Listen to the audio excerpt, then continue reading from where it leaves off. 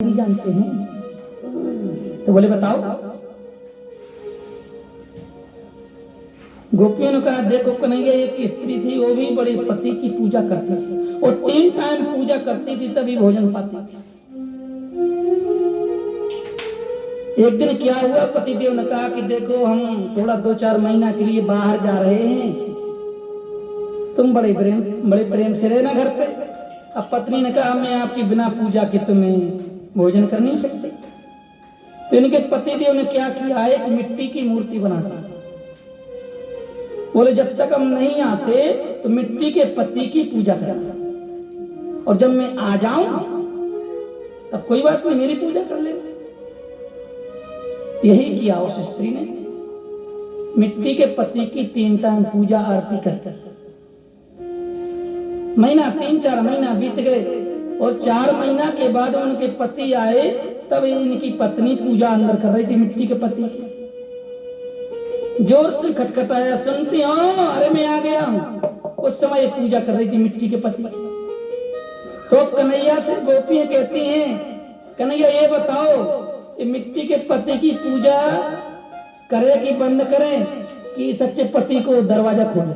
बस जवाब दे दो मुझे। है मिट्टी के पति की पूजा छोड़ करके सच्चे पति को दरवाजा खोले कि मिट्टी के पति की पूजा करे? बस समझिए उत्तर चाहिए। गोपियों के प्रश्न है? कन्हैया ने कहा दे दिए, ये तो साफ सी बात है। अरे भाई जब तक मिट्टी के पति की पूजा तब तक थी जब तक वो सच्चे पति नहीं आए थे। अब सच्चे पति आए तो मिट्टी के पति की पूजा छोड़े और सच्चे पति के दरवाजा खोले। बोले सोई तो हम कह रहे हैं? ये जो सांसारिक पति हैं, शरीर के पति हैं,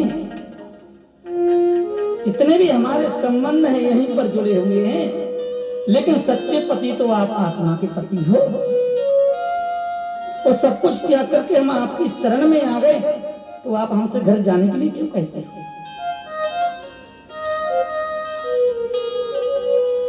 कन्हैया ने कहा गोपियों से, गोपियों आपका बड़ा दिव्य भाव है, हम आप लोगों के साथ में रास करेंगे।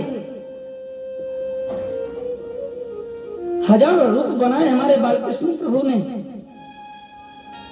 और रास विहार करने लगे।